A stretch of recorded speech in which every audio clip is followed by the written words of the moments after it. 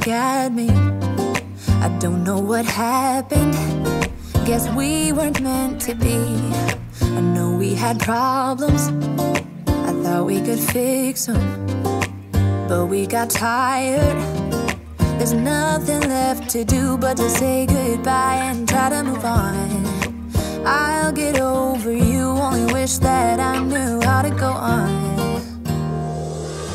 Baby, you and me, we're so messed up together. Even if we tried, we'd be stuck here forever. I don't understand right now how to make it through, but I'll get over you, and it's not like I'm gonna hate you. It's what it is, nothing left that we could do. Even though it hurts right now, we will make it through.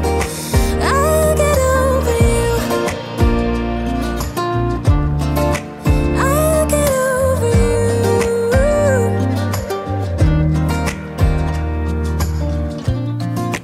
Back when I met you, we were like fireworks. Thought nothing could break us, but oh how we got burned. Look at us now, we scream, we fight, and no one knows the reason. We're both getting out of line. Now say goodbye and try to move on. I'll get over you, only wish that I knew how to go on.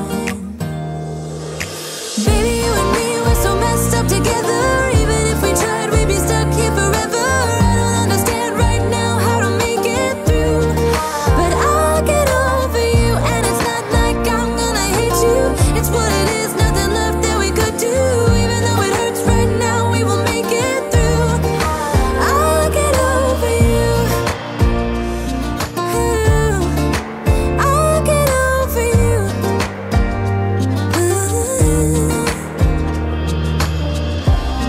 We were holding on to something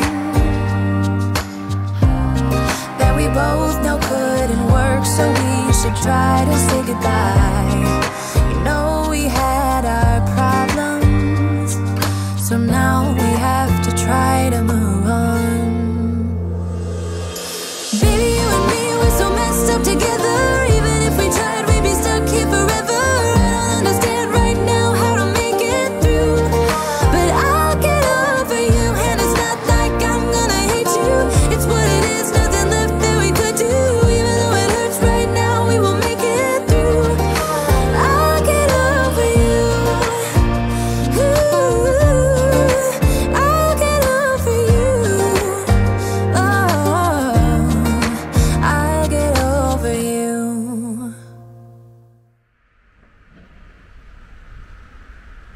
Alūksnes jaunā pils celta 1860. gadu sākumā pēc barona Aleksandra von Fītinhofa pasūtījuma un ir viens no ievērojamākajiem Tjudoru neogotikas arhitektūras pieminekļiem Latvijā. Pils arhitektūrā neogotikas stila iezīmes raksturo skaidri nodalāmi ģeometriski apjomi, slaids, asimetriski novietots tornis, paaugstināts, dzeguļiem vainagots rizelīts ēkas centrā, kā arī lakoniski dekori un līdzsvarotas detaļas. No pārējām neogotikas pilīm tā iezīmējas ar jauniem telpiskās kompozīcijas meklējumiem. Katra telpu grupa tiecas fasādē izcelties kā atsevišķa apjoma daļa. Pils plānojumā visas telpas grupējas appus lielajai zālei un veido sarežģītu ārējo konfigurāciju. Ēkas vidū atrodas poligonāls izvirzījums, kas iezīmē centrālās telpas, lielās zāles, atrašanās vietu.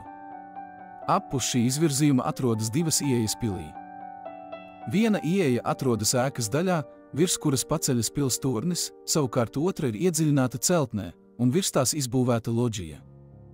Pils galvenā fasāde vērsta pret ziemeļiem ar skatu uz gleznaino Alūksnes ezeru un Ainavisko mūžas parku.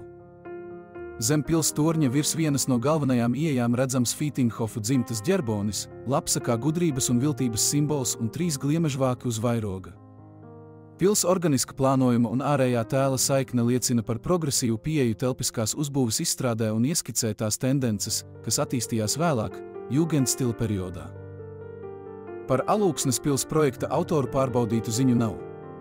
Arhitekts, arhitektūras profesors Pauls Kampe izvirzījis versiju, ka pili projektējis Prūsijas arhitekts Pauls Benjamins Polnaus, savukārt arhitekts Jānis Zilgalvis, ka Johans Daniels Felsko, kurš savulaik bijis Rīgas pilsētas galvenais arhitekts. Alūksnes baznīcas grāmatās pieminēts arī vietējais būvmeistars Roberts Millers. Alūksnes jaunā pils ir pēdējā barona Fītinghofu celtā ēka Alūksnes muižā.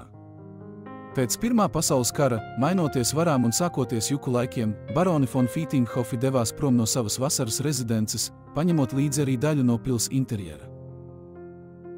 1950. gadu beigās pēc kapitāla pils remonta, kad tika noņemti kamīni, krāsnes, ieviesta centrāla apkure un pārkrāsotas gleznainās pils sienas, te sāka darboties dažādas kultūras iestādes, kultūras un kinofikācijas nodaļa, pionieru nams, bibliotēka, kinoteātris, liesma, bērnu un jauniešu centrs, mākslas skola, turisma informācijas centrs un jau kopš 59. gada muzejs. Padomju periodā atsevišķās telpās iekārtoti arī privātpersonu dzīvokļi. Šobrīd Alūksnes jaunā pils un tai piegulošais muižas parks ir viens no nozīmīgākajiem turisma objektiem Alūksnē.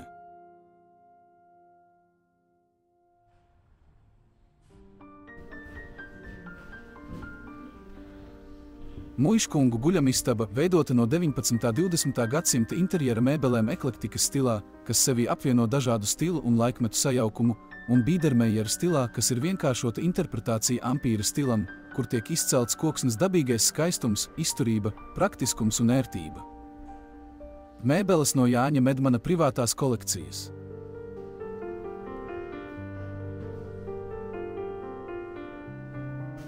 Laikmetu mielasts. Pastāvīgajā vēstures ekspozīcijā Laikmetu mielasts pie lielā mielasta galda satiekas 6 nozīmīgi Alūksnes, Latvijas un pasaules vēstures laika posmi, Alūksnes senvēsture, viduslaiki un jaunie laiki, muižas laiki, Latvijas Republikas laiks, okupācijas laiks, atmoda un Latvijas Republikas laiks.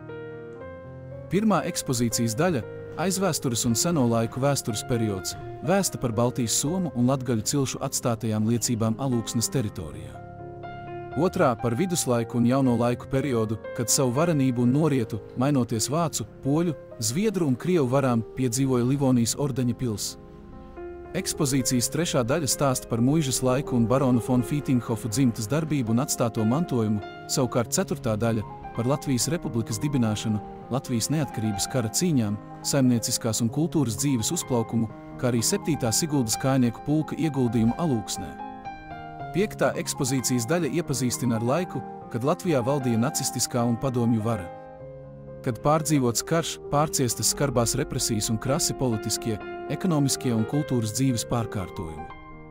Savukārt noslēdzošā, 6. ekspozīcijas daļa attaino Latvijas valstiskās neatkarības atgūšanu un vēsta par patriotismu, kā arī novadnieku mērķtiecību un sasniegumiem novada un valsts labā. Ekspozīcijas Fītinghofu zelta dzīsla Alūksnē pamatā fotomateriāli un citas vizuālas un tekstuālas liecības par Fītinghofu dzimtu un tās devumu Alūksnē. Arheoloģijas ekspozīcija Livonijas ordeņa pils Alūksnē. Zemē apraktā sāls ļaus ieskatīties laikā, kad Livonijas ordeņa pils Alūksnē bija nozīmīgs pierobežas aizsargpostenis un šī reģiona lielākā sāls krātuve, kā arī vēstīs par dažādu varu, sabiedrības slāņu un kultūru miedarbību un līdzās pastāvēšanu, akcentējot vietējo iedzīvotāju lomu iekarotāju politikā. Ekspozīcija tematiski sadalīta vairākās daļās – pils vēsture, kultūrslānis, arheoloģiskie izrakumi, karošana, būvniecība, amatniecība, sadzīve un nauda. Kopumā eksponētas aptuveni 300 senlietas. Ekspozīcijas telpa ir tumšos toņos un priekšmeti izgaismoti, lai apmeklētājs iedziļinātos un koncentrētu uzmanību uz senlietām.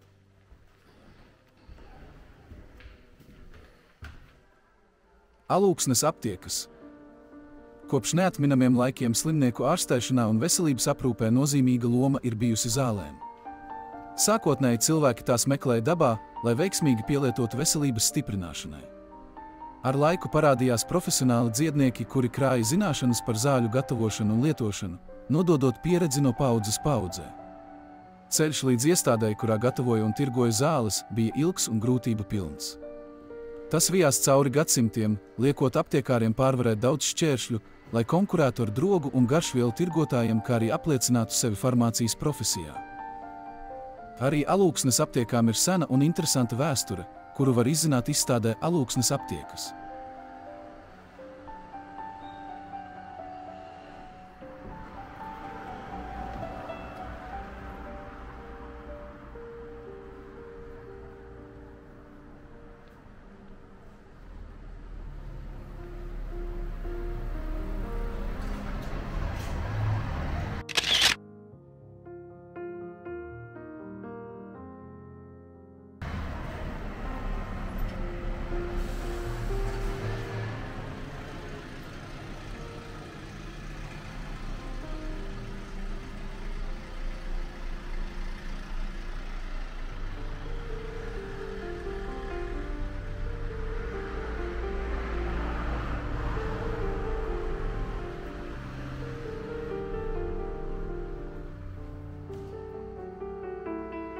Leo Kokla bija latviešu gleznotājs un portretists, jauno mākslinieku darbu izstāžu tradīcijas iniciators, tautā populārs un iemīlēts mākslinieks, viens no talantīgākajiem sava laika gleznotājiem.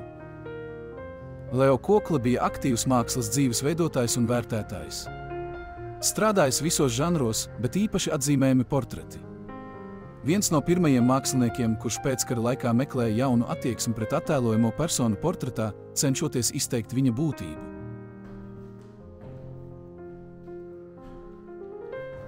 Krāsu gamma darbos parasti ir noskaņota zaļganās, zilganās vai brūnganās pasāžās. 2010. gadā Latvijas Nacionālajā teātrī tika iestudēta Ingas Ābeles izrāde Leo – Pēdējā bohēma.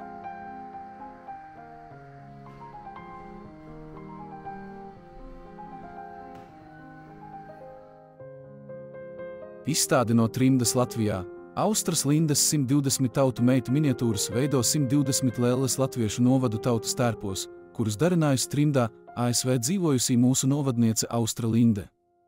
Miniatūro tautas tērpu darināšana ir bijis Austras Lindes hobijs, pacietīgs roku darbs no brunču aušanas līdz miniatūrās apkaklītes izšūtajam vismalkākajam krustdūrienam. Stendos lellītes izkārtotas pēc tautas tērpu piederības Latvijas kultūrvēsturiskajiem novadiem Vidzemes, Latgales, Zemgales, Augšzemes, Kurzemes, 1939. gada Latvijas novadu teritoriālais iedalījums. Katra novada tautas tērps vēsta par tā darināšanas un valkāšanas īpašībām un ļauj izvērtēt, cik daudzveidīgs un krāšņs ir latviskais mantojums. Latvijas kartē izcelti pagasti un etnogrāfiskie novadi ar atzīmētiem lellīšu kārtas numuriem, kas parāda tautas tērpa piederību attiecīgajai vietai. Godinot novadnieci, izstādē iekārtots Austras Lindes piemiņas stūrītis, kurā eksponētas stellītes, uz kurām austi miniatūrie tautas tērpi, kā arī citas personīgās lietas un daudzveidīgie rokdarbi.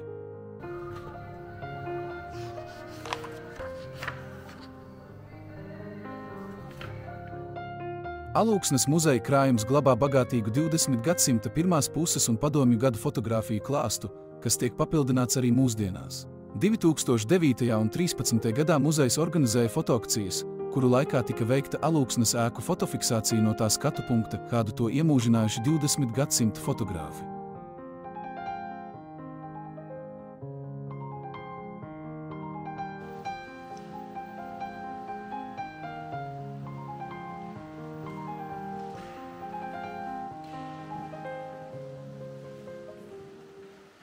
Pilsbūvniecība notika no 1859. līdz 63. gadam, un visdrīzāk tieši uz būvniecības procesa beigām un kādu laiku pēc tam arī ir attiecināmi šie sienu gleznoņi lielā daļā. Daļa no tiem tika izveidoti arī 20. gadsimta mijā.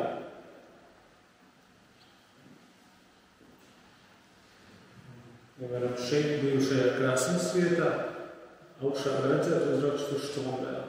Tas ir datēts ar 1909. gadu, un tas ir uzskatīts par autogrāfu vienu no māksliniekiem, kuru darbnīcās apleznoja šīs telpas.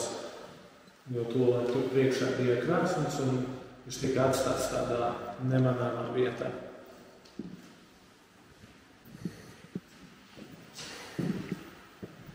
Viens no pilsētām ir koncertvidelis, arī 19. gadsimtā, un tas ir vecāks mazliet par pašu pili.